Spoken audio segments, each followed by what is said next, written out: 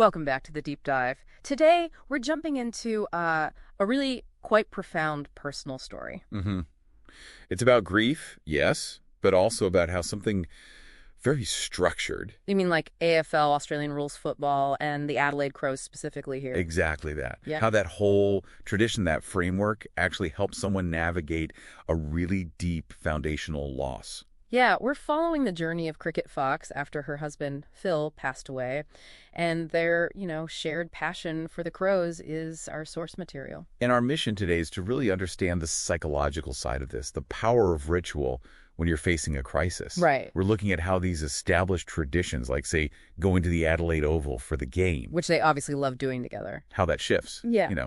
From being pure joy, maybe, to being quite painful, a site loaded with memory. And then, Crucially, how someone can actively choose to transform that same physical place, that same routine, into something positive.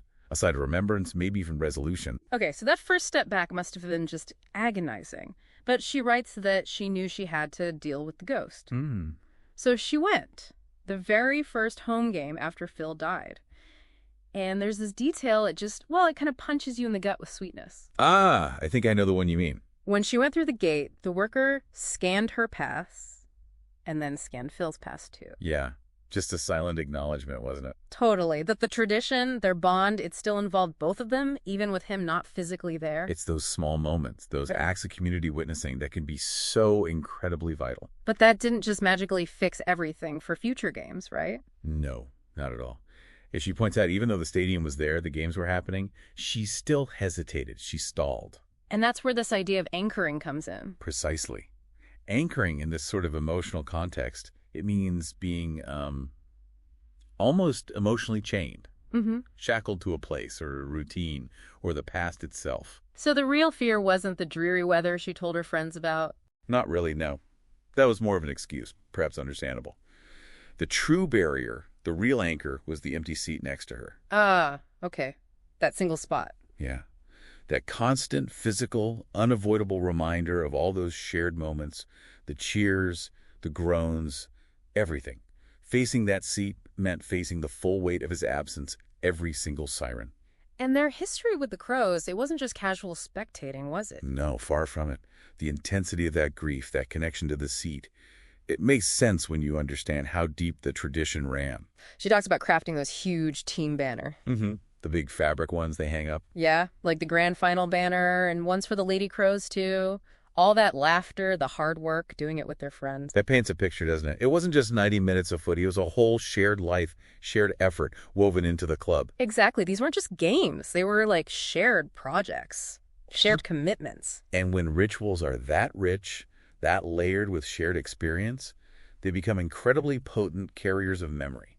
Yeah. Of the person who's gone. Which makes the turning point even more significant. Absolutely. That moment she realized she had refused to let that empty seat, that anchor, hold her back forever. She actually challenged herself, asking, why am I holding myself back? Right. That's the conscious decision point. Choosing to stop letting the pain associated with the physical space dictate her entire emotional experience of something she loved. And it wasn't a passive thing either, was it? She describes feeling Phil's familiar voice. Urging her on. Yeah, like pushing her to get up, join in the game, not just sit there lost in the sadness of it all. That's key. It's not about forgetting Phil, not at all. It's shifting from mourning what was lost to actively channeling his presence, his energy, into what is happening now. So moving from absence to presence, in a way. In a way, yes. And this kind of big internal shift often needs a catalyst, something specific to help it lock in. And she had one. She did. A really concrete moment. She was watching Tex Walker Crow's legend. effortlessly kick a goal during the showdown, that big rivalry game. High stakes. Very. And in that moment of skill, of team success, she didn't just see the goal. She instantly heard Phil cheering in her mind, felt his excitement, his pride. Ah, so his spirit wasn't trapped in the empty seat anymore. Exactly. It was suddenly alive in the thrill of the game itself and the team's success, something they both always shared.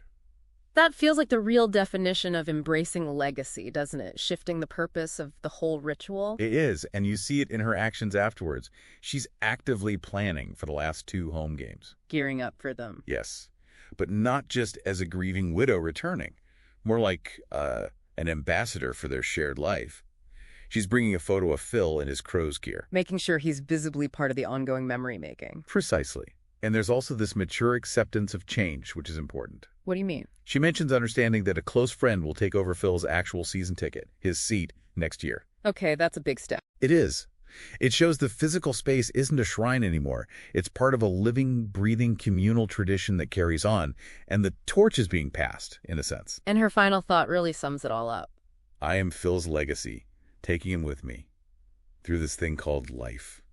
It's powerful. Yeah, so this whole deep dive, it really shows how a shared ritual, going to the footy in this case, can transform. It goes from being this source of like haunting pain That empty seat anchor. to becoming a practical working mechanism for carrying someone's presence forward with you. It's a complete repurposing. It really is. So maybe a final thought for you, the listener. If you have a cherished tradition, a routine, maybe it's a place you always visited together, a type of music, maybe it is watching a certain sport.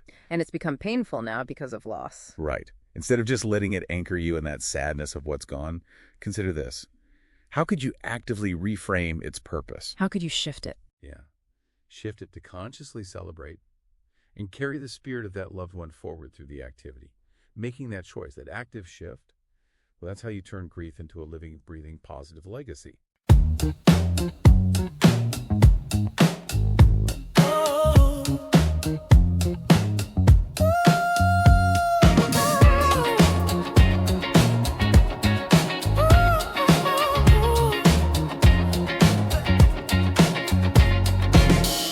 Crickets, coffee brewing slow. Always something new to talk about, you know. From the land down under where the sunshine gleams. Crickets, coffee, living out our dreams. Oh, crickets, coffee, a familiar sound. Good conversations all around. From sunrise to sunset, we'll be here. Crickets, coffee, chasing away all fear. No fear. Hear the crickets chirp as the day begins.